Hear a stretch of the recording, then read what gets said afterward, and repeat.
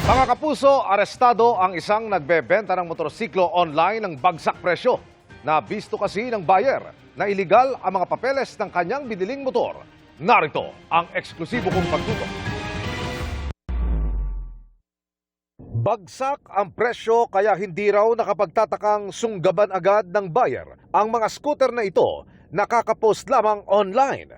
Sariwa ang itsura pati tunog daw ng makina hindi lasbag. Pero nang i-verify na ng isa sa mga nakabili ang papeles ng scooter. Parang kahina-hinala po. 105 pa po yung asking ng mga yon. Binigay po ng 85,000. Lumabas na ang problema. Pinacheck ko sa LTO yung papers nung nabili kong motor sa kanila. Yung po lumabas, peke. Dahil diyan, agad na nagsumbong sa PNP Highway Patrol Group ang buyer sana na si Ed.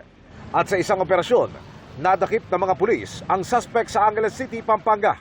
Lahat din halos ng mga dokumentong iprenesenta dito po sa kababayan po natin bumili. Dito pong nakuha ng sakyan ay lahat ay peki po.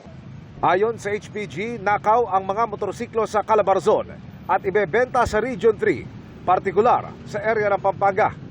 Wala pang komento ang dinakip. Pina-follow up naman ang isa pa nitong kasabwat. Tugot pawis yung una natin sa pambili ng motor. Hindi lang po biro yung pera pinambili. 5,000 po eh.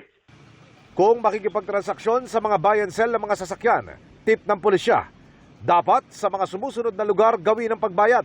Ang pinapayo po ng inyong pong PNP Highway Patrol Group ay unang-una sa pinakamalapit na police station. Ikalawa sa barangay hall or kung saan po ang bahay ng mismong nagbebenta nito pong mga sasakyan po na to para magkaroon po kagad tayo ng mga initial verification and validation.